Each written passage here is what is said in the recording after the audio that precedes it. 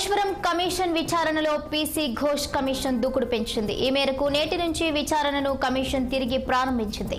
విచారణలో భాగంగా ఇవాళ 14 మంది ఇంజనీర్లను, రేపు మరో 14 మంది ఇంజనీర్లను PC Ghosh commission విచారించనుంది.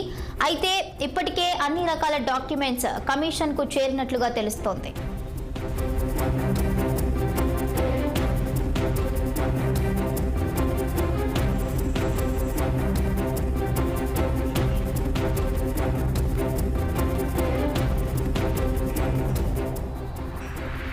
Kaleshwaram commission విచారణలో పీసీ ఘోష్ కమిషన్ దూకుడు పెంచింది. ఈ మేరకు నేటి నుంచి విచారణను కమిషన్ తిరిగి ప్రారంభించింది. విచారణలో భాగంగా ఇవాళ 14 మంది ఇంజనీర్లను, అదేవిధంగా రేపు మరో 14 మంది ఇంజనీర్లను పీసీ ఘోష్ కమిషన్ విచారించనుంది. అయితే ఇప్పటికే అన్ని రకాల డాక్యుమెంట్స్ కమిషన్ కు చేరినట్లుగా తెలుస్తోంది.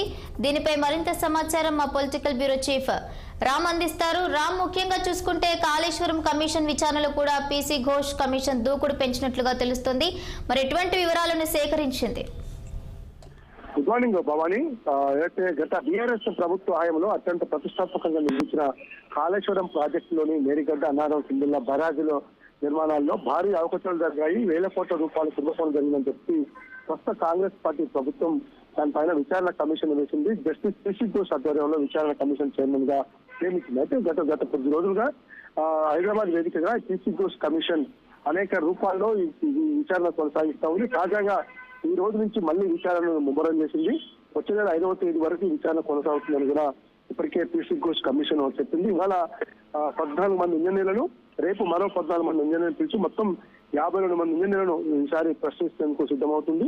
ఇప్పటికే అన్ని రకాల డాక్యుమెంట్స్ కూడా కమిషన్ కు చేరాయని చెప్పి అకౌంట్స్ డిపార్ట్మెంట్ అధికారులు సైతం కూడా ఈసారి విచారణ చేసే అవకాశం ఉంది.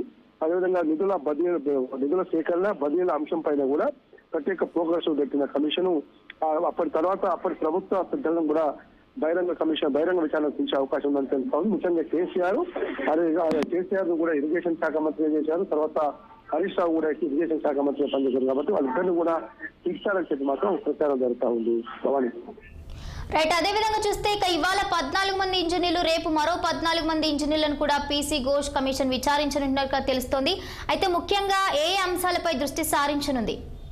అంటే ఇప్పటికే వాళ్ళకు కొన్ని అఫిడవిట్ రూపంలో కొన్ని మొత్తం కూడా పేపర్ డాక్యుమెంట్స్ వచ్చాయి. ఆ డాక్యుమెంట్స్ లో పొందుపరిచిన అంశాలు వీళ్ళు ఇప్పుడు చెప్పబోయే అంశాలు ఒకటేనా, ఒకే రంగంగా ఉంటాయా, తేడాలు ఉంటాయా అనేది మొత్తమే పరిశీలిస్తారు. ఇప్పటికే క్రాస్ ఎగ్జామినేషన్ పేరుతో బహిరంగ విచారణ చేసింది. ఇప్పుడు మళ్ళీ బహిరంగ విచారణతో పాటు విచారణ కూడా చెప్పట్లేదు. కాబట్టి దీనికి సంబంధించిన మొత్తం రికార్డ్స్ అన్ని కూడా నివేదికలు కూడా కమిషన్ సిద్ధం చేసింది.